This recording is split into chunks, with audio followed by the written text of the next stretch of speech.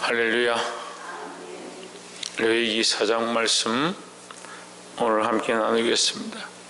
레위기 4장은 속죄제에 대한 제사 예식에 대해서 설명하고 있습니다. 속죄제는 이 죄를 지은 자들에 대해서 그 죄를 씻는 방법에 대해서 얘기하고 있습니다. 그런데 이 죄를 씻는 것에 제사장이나 간원이나 또는 백성 앞에 선자나 또 백성들이나 다 동일하게 사실은 같은 내용들로 얘기하고 있습니다.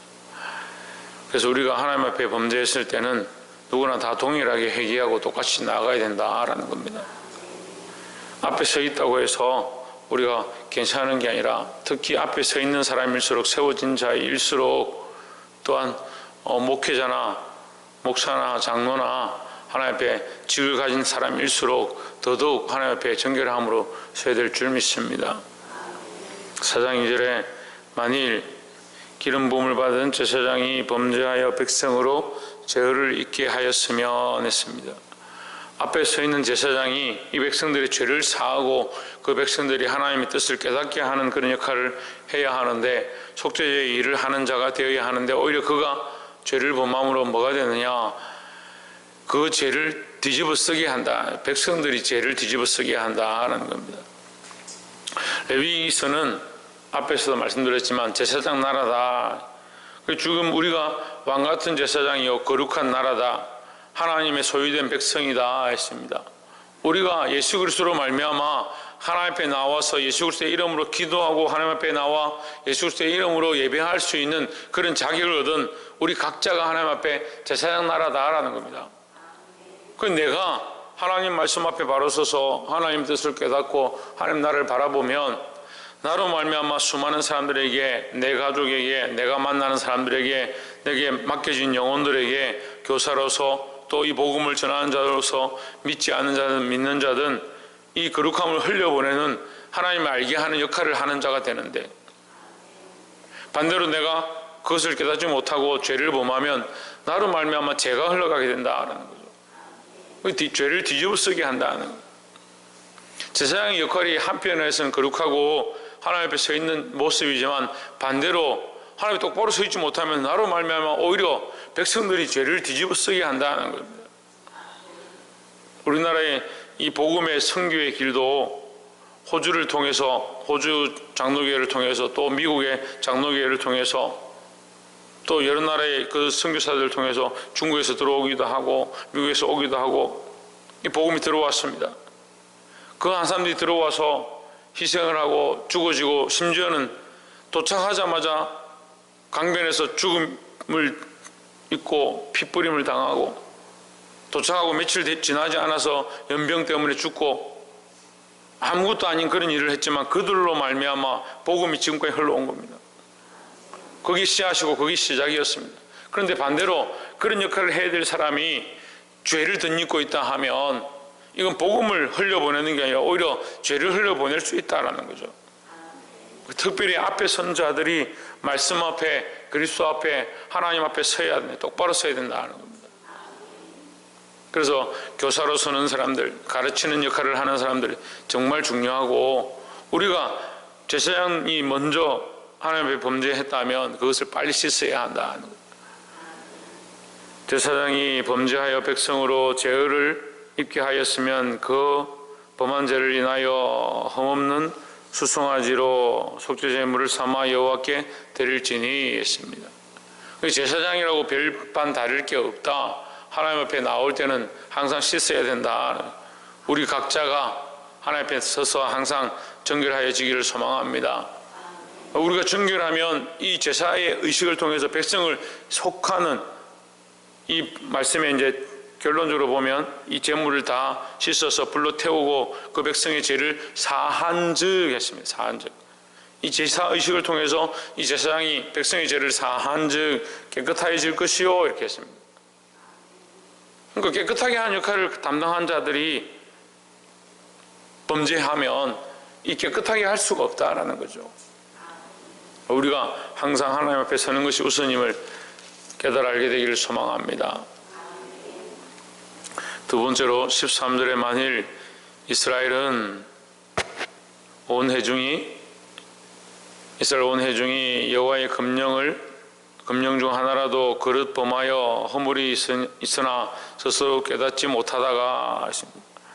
13절과 14절에서 보면 깨닫지 못하다가 14절에 그 범한 죄를 깨달으면 했습니다.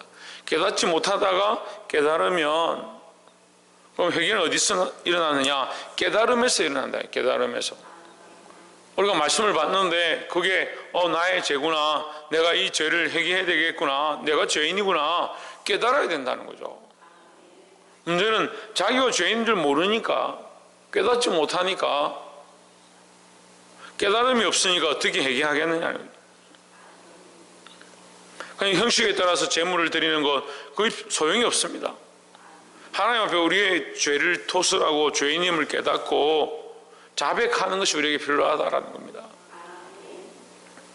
이 속죄제의 가장 기본이 뭐냐? 깨닫는 것이다 하는 겁니다. 뭘 깨달아야 된다고요? 자기의 죄를 깨닫는 것이다 라는 겁니다. 오늘 이 말씀 가운데 제사장이나 이스라엘 회중이나 그 앞에 방백이나 다 마찬가지로, 또 평민이나 다 마찬가지로 하나님 앞에 그 범죄한 것을 깨닫는 것이 중요하다라는 겁니다.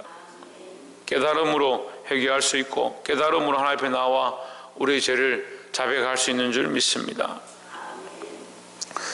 20절에 보시면 그 송아지를 속죄제의 수송아지에게 한 것 같이 할지며 제사장이 그것으로 회중을 위하여 속죄한 적 그들이 사함을 얻으리라 했습니다.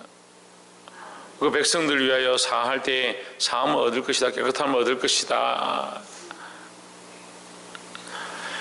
마지막 세 번째로, 두 번째는 깨닫는 것이 중요하다. 첫 번째는 앞에 서 있는 리더들이, 앞에 선자들이 먼저 하나님 앞에 정결함을 얻고 회개해야 된다는 거고, 우리 세 번째는 27절에 만일 백성 하나가 하나님의 금령 중 하나라도 부주 중에 범하여 허물이 있었다가 했습니다. 금령 중 하나. 그러니까 금령을 어겼다. 이 금령은 뭘 얘기하냐면 미르오토라 해가지고 계명입니다. 사실은 하나님의 계명을 범하면, 결국 뭘 범했느냐? 하나님 말씀을 범했다. 하나님 말씀을 어겼다라는 거죠. 그러니까 너희 기준에 너희가 원하는 대로 살다가 너희가 생각하기에 내가 잘못했을 때 그런 말이 아니고, 하나님 말씀을 벗어났을 때, 네가 하나님 말씀대로 살지 않았을 때, 하나님 원하신 명령인데 그 명령을 따라가지 않았을 때 그것이 뭐다? 그것이 범죄다라는 겁니다. 우리가 세례문답을 할 때 가장 기본적으로 묻는 것이 사람의 근본이 뭐냐? 사람의 근본이 뭐냐 하면 첫 번째가 뭐냐? 하나님을 영화롭게 하고 영원히 그 이름을 즐거워하는 것, 그게 첫 번째입니다. 두 번째는 뭘 묻냐면, 당신은 십자가의 예수 그리스도로 말미암아 제사함을 얻었습니까? 그러면 다 그렇습니다, 믿습니다 이렇게 합니다. 그럼 죄가 뭡니까? 이렇게 물으면 대답을 못하는 거예요. 죄가 뭡니까? 이렇게 물을 때 요리 문답에 뭐라 되어 있냐면요, 하나님의 말씀을 어기는 것이라는 거예요. 하나님의 말씀이 기준입니다. 하나님 말씀이 내 생각이 기준이 아니라 하나님 말씀을 벗어나는 것이 범죄고 그것이 회개해야 될 대상이다라는 거죠. 그래서 우리는 늘 점검할 때 어디에 점검하느냐? 말씀 앞에 서 있는가? 내가 말씀의 기준으로 살고 있는가? 말씀을 벗어나지 않았는가? 그걸 점검해야 되지. 사람들이 보는데 선한 기준, 신호등을 여기 만들어놨는데 신호등을 어기냐 어기지 않냐? 물론 신호등도 지켜야 되죠. 신호등에 그 선을 밟았으니까 내가 오늘 하나님 앞에 가서 정지선은 내가 잘못해가지고 브레이크를 잘못 밟아서 정지선을 반쯤 물었다. 그래서 밤에 와가 하나님, 내가 오늘 정지선을 밟았는데 나의 이 범죄함을 용서해 주십시오. 물론 그렇게까지 정결한 사람이 있으면 참 좋겠지만, 그것이 하나님 앞에 회개하는 덕목과는 사실은 큰 관계가 없는 겁니다. 기준이 뭐냐? 말씀이죠, 말씀. 근데 자꾸 사람들의 기준에 사람들하고의 관계에 선한 일을 했느냐 하지 않았느냐라는 기준으로 저 사람 참 착하다, 선하다, 저 사람 바르다, 정결하다, 정결하지 않다, 빛이 된다, 빛이 되지 않는다, 그 기준을 가지는 겁니다.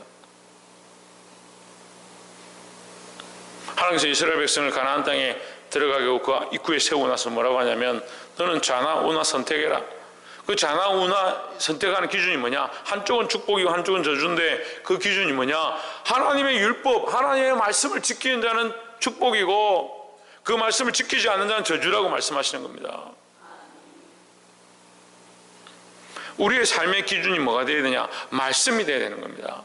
하나님의 말씀과 계명을 벗어나면 그것이 죄인이고 죄의 길을 선택하는 겁니다.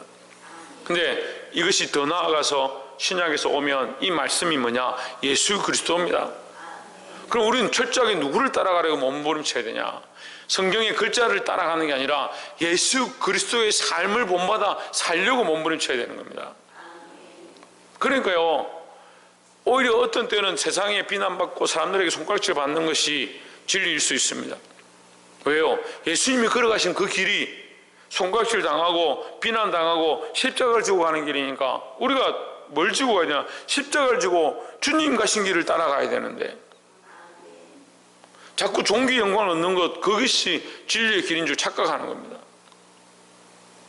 종기 영광은 누구에게 주든 예비되었든 그 하나님이 주시고자 하는 자에게 주는 것이고 우리가 구할 게 사실 종기 영광이 아니에요. 물론 우리가 중보하고 영혼들 위해 기도할 때는 종기 영광을 주십시오, 저 사람 잘 되게 해주십시오, 축복해 주십시오 기도하지만 기준이 뭐가 되냐? 예수 그리스도가 되어야 되는 겁니다. 무엇보다 우리의 삶의 중요한 좌표는 아무든지 나를 따라 오려거든, 이 아무든지는 모두를 얘기하는 거예요. 누구나 우리 모두는, 그리스도인들은, 예수 믿는다고 하는 사람 모두는 자기를 부인하고 자기 십자가를 지고 예수님을 따라가야 되는 겁니다. 기준이 뭐냐? 말씀이고 예수 그리스도고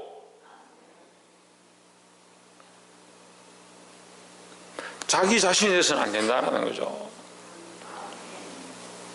제가 계속해서 이 말씀을 함께 나누고 있는데 계속해서 이 기준을 말씀하고 있습니다. 교회가 왜 타락하느냐? 교회가 타락한 게 다른 문제가 아니에요. 하나님의 기준이 아니라 세상의 기준의 제법을 들고 온 겁니다. 세물 계산하는데 돈이 많이 남았냐? 헌금이 많이 들어왔냐? 사람들이 많이 모이냐? 사람들이 칭찬해 주냐? 하나님이 기뻐하시는 것, 하나님이 원하시는 것, 그것은 언제 어디로 갔는지 없어졌습니다. 다시 연병이 돌고 3차 유행이 지금 사회적으로 일어나고 있다 합니다. 그럼 교회들이 각성하겠죠. 근데 각성해서 뭘 합니까? 사람들의 눈치를 보는 겁니다. 사회의 눈치를 보는 겁니다. 어떻게 해야 되나? 물론 봐야 되죠. 사회에 우리가 좀 더 덕을 끼치고 좀 더 사람들에게 거룩한 영향들을 미치고 해야 되죠. 하지만 우리가 정말 봐야 될 게 뭐냐? 더 우선으로 봐야 될 가장 중요한 게 뭐냐? 하나님이 뭘 기뻐하시느냐? 하나님의 기준으로 다시 회복되고 돌아가야 된다는 겁니다. 우리가 때로는 손가락질 당하고 비난받을 수 있습니다. 하나님 말씀의 기준에 돌아가서 하나님 기뻐하시는 삶으로 회복되어지기를 주의 이름으로 축원합니다. 말씀을 맺겠습니다. 우리는 앞에 선 자들로, 기도하는 자들로, 또한 많은 생명을 맡은 자들로 하나님께서 제사장 나라로 세우셨습니다. 세워진 자의 역할을 감당해야 되고 똑바로 감당해야 되고 나로 말미암아 수많은 생명들을 진리 가운데로 이끌어야 될 줄 믿습니다. 특별히 이 속죄제의 모양들은 깨닫는 데서 있다. 깨달아야 되는데 내가 죄인 줄 알고 하나님의 말씀을 알고 나의 죄인데 나의 부족함을 깨달아야 된다는 거죠. 깨닫지 않는 자가 어떻게 얘기하겠냐는 겁니다. 깨달아 알게 되길 소망합니다. 또한 마지막으로 말씀 앞에 섭니다. 말씀 앞에. 이 기준이 내가 아니고 내 생각이 아니고 세상이 아니고 세상의 도덕과 윤리가 아니고 철저하게 하나님의 말씀이 되어야 하고, 그 말씀이 오늘날 우리에게 더 분명하게 나타난 것이 뭐냐? 예수 그리스도의 삶입니다. 우리는 예수 그리스도를 따라가는 예수님의 제자들이고, 작은 예수의 모양으로 예수님의 삶을 본받아서 살기 시작해야 되는 겁니다. 오늘 이 말씀대로 살아 하나님을 기쁘시게 하는 저와 여러분 되시기를 주의 이름으로 축원합니다. 기도하겠습니다.